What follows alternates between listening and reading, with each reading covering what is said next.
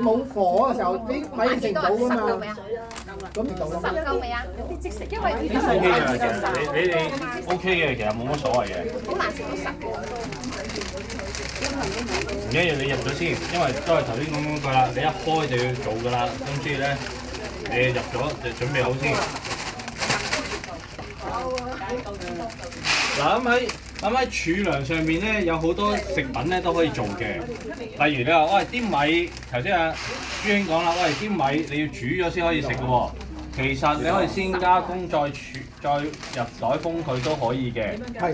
例如炒啊。嚇咩啊？啲米炒咗。爆米咯，爆咗啲米佢先。嗱唔用油嘅，唔用油嘅。擺得耐唔耐啊？咁樣擺唔到10個嘛？可以。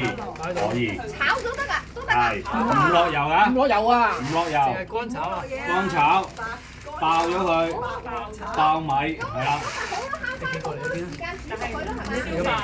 不過咧係冇味嘅，話俾你聽。食唔食到㗎？食到嗱，以前古時候啲人咧，行軍咧就係炒米食㗎啦。目的係生存係咪冇牙㗎？啊，有智慧啊，大家都。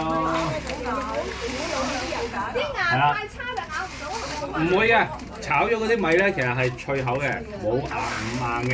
未食過。咁但係食落去咧，淡茂茂乜都冇嘅。記住一樣你嘢，而家講緊有需要。記住一樣嘢，唔好生食米，米唔可以生食嘅。